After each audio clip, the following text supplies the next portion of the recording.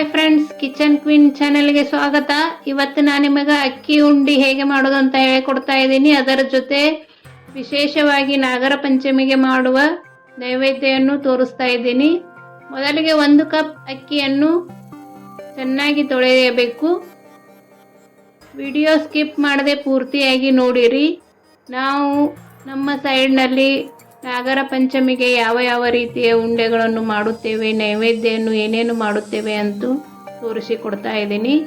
Video skip ಮಾಡದೆ ಪೂರ್ತಿಯಾಗಿ ನೋಡಿಕೊಳ್ಳಿರಿ.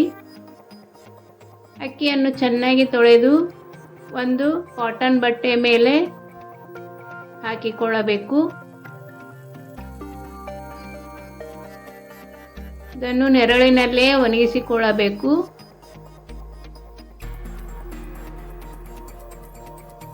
ಈ ಉಂಡೆಯನ್ನು ನಮ್ಮ ಸೈಡ್ನಲ್ಲಿ ತಂಬಿಟ್ಟು ಅಂತಾನೂ ಕರೆಯುತ್ತಾರೆ.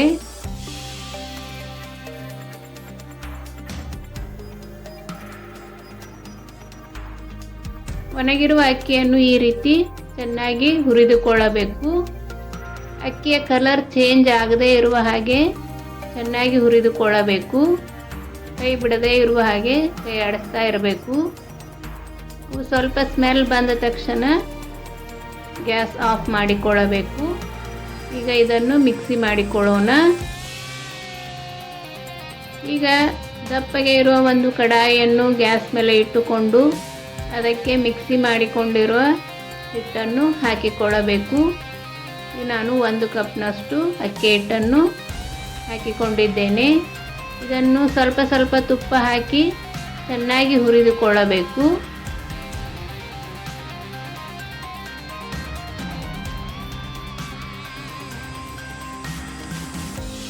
ನಿಮ್ಮ ಮನೆಯಲ್ಲಿ ಯಾವ ಉಂಡಿಗಳನ್ನು ಮಾಡಿದ್ದೀರಿ ಅಂತ ಕಮೆಂಟ್ ಮಾಡಿರಿ.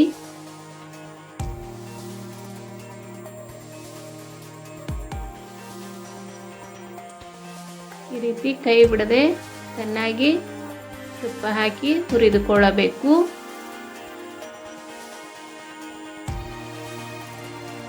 ಸ್ವಲ್ಪ ಸ್ಮೆಲ್ ಬಂದರೆ ಸಾಕು. ಇದನ್ನು ಒಂದು ಬುಟ್ಟಿಗೆ ಹಾಕಿ ಆರಿಸಿಕೊಳ್ಳಬೇಕು.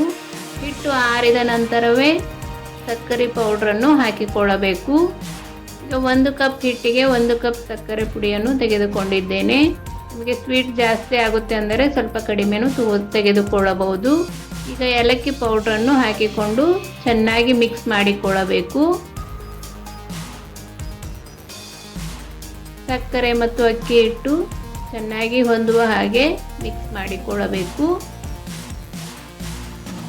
ಈಗ ಇದಕ್ಕೆ ಇನ್ನೊಂದು ಸ್ವಲ್ಪ ತುಪ್ಪ ಹಾಕಿಕೊಳ್ಳೋಣ. ಅಕ್ಕಿ ಹಿಟ್ಟಿಗೆ ಸ್ವಲ್ಪ ತುಪ್ಪ ಜಾಸ್ತಿನೇ ಬೇಕಾಗುತ್ತದೆ.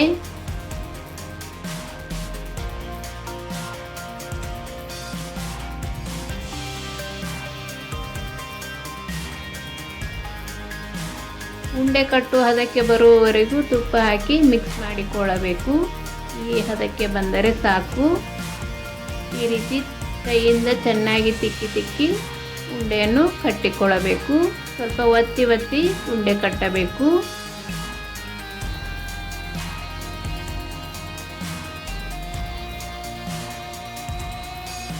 ನಾಗರ ಪಂಚಮಿಯನ್ನು ನಿಮ್ಮ ಕಡೆ ಹೇಗೆ ಆಚರಿಸುತ್ತೀರಿ ಎಂದು ಕಮೆಂಟ್ ಮಾಡಿರಿ.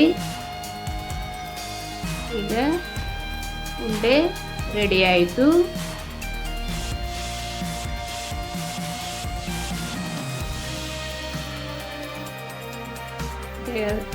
ಅಷ್ಟು ಸಾಫ್ಟ್ ಆಗಿ ಚೆನ್ನಾಗಿ ಉಂಡೆ ಬಂದಿದೆ.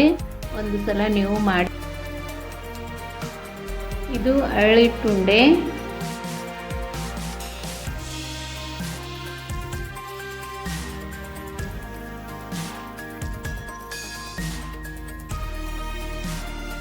ಇದು ತಂಬಿಟ್ಟು ಉಂಡೆ, ಅಕ್ಕಿ ಉಂಡೆ. ನಮ್ಮ ಸೈಡು ತಂಬಿಟ್ಟು ಅನ್ನುತ್ತಾರೆ. ಈ ಎಲ್ಲ ಉಂಡೆಗಳನ್ನು ನನ್ನ ಚಾನೆಲ್ನಲ್ಲಿ ಹಾಕಿದ್ದೇನೆ, ಹೋಗಿ ಚೆಕ್ ಮಾಡಿ. ಇವು ಗೋಧಿ ಉಂಡೆ, ಇದು ಶೇಂಗಾ ಉಂಡೆ,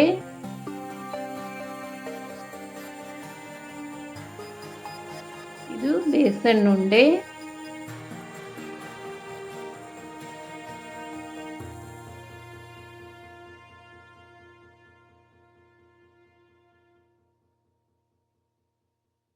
ಇದು ಪುಟಾಣಿ ಹಿಟ್ಟಿನ ಕರದಂಟು, ಹುರಿಗಡಲೆ ಕರದಂಟು,